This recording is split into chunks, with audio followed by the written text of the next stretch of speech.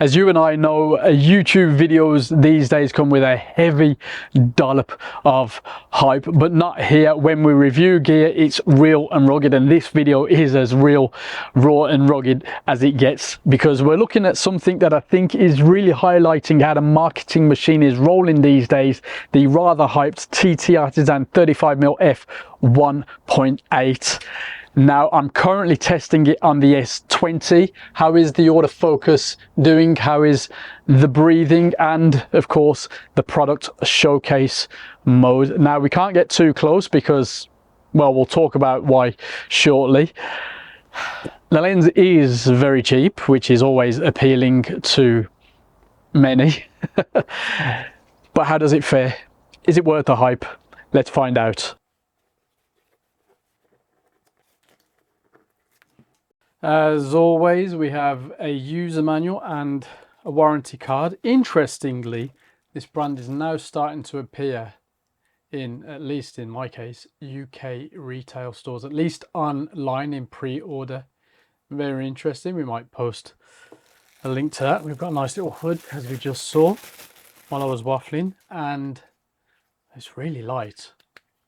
Metal. We've got a USB-C Type-C port on the cap for updates. Better than the Samyang options. For me, is it as good as the Viltrox method? You might misplace this. Anyway, it is what it is. No weather sealing. I have weighed this already, by the way, and it's 178 with... Now, I think we need to take... Did it the wrong way around. There we go. With the hood on, which is actually pretty cool looking, and without the cap, so 178 grams. Now, big manual focus ring, no aperture ring. This lens gives an f1.8 to f16 aperture, 52.5mm full frame equivalent with a 45-degree angle of view. Now, rather annoyingly, I guess, only a 60cm close focusing distance, 52mm filter thread. It's basically the specs. Let's just grab the S20, kindly loaned for my Colombia trip by Fujifilm UK, and that is the lens on the body. Let's get that on there. Not too bad. Looks all right. Not amazing, but also not bad at all. Simple. I suppose it does look quite chunky on this body, but it balances absolutely fine. Yeah. There we go then. We better get out and see how she fares.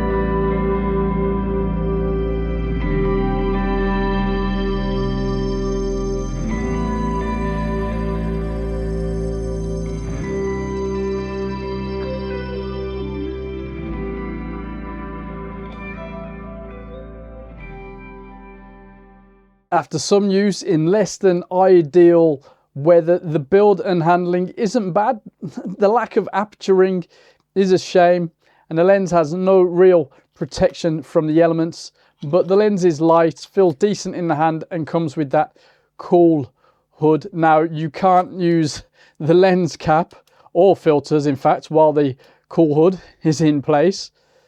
And the lens is a bit larger than I hoped, but overall, build and handling wise, not bad. The autofocus is good, but it could do with a tweak via firmware.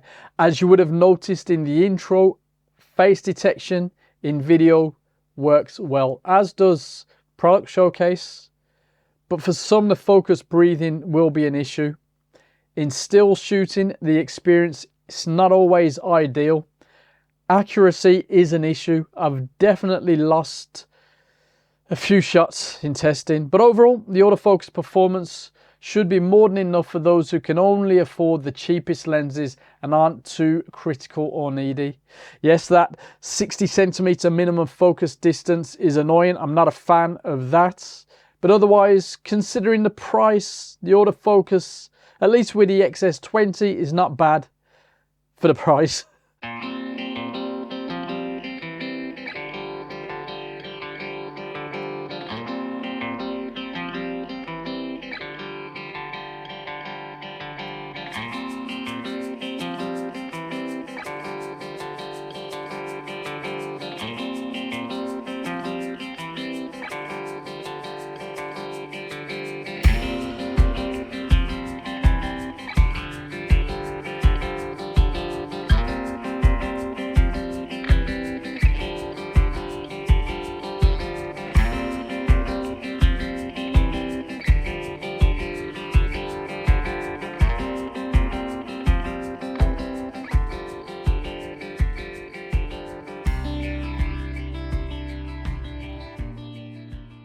Now, I nearly put up samples from a much more appealing session, but you know what? We're not here to sell anything.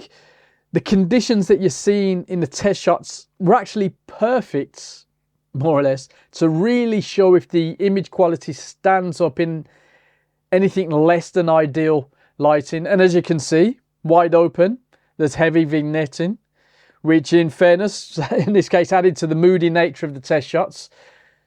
You do have to stop down quite a bit to clear that up. The lens also comes with a lot of chromatic aberration and fringing, and distortion, bizarrely, is also pretty evident. Now, I'm not convinced by the color rendering either, and the lens also has issues with ghosting and flaring, but all is not lost. The lens is quite sharp, wide open, and with a bit of patience, it can be used to produce some pretty decent images, especially on a better day than you're seeing in this video. Another pro for you infrared shooters, there are no hotspots up to around f4. Contrast is okay, there's enough detail in the shadows to make the lens usable, even in fairly bad lighting, as we said. But you know, stop down a bit in the IQ, it's not bad, dare I say, again, considering the price. We will talk about the price next.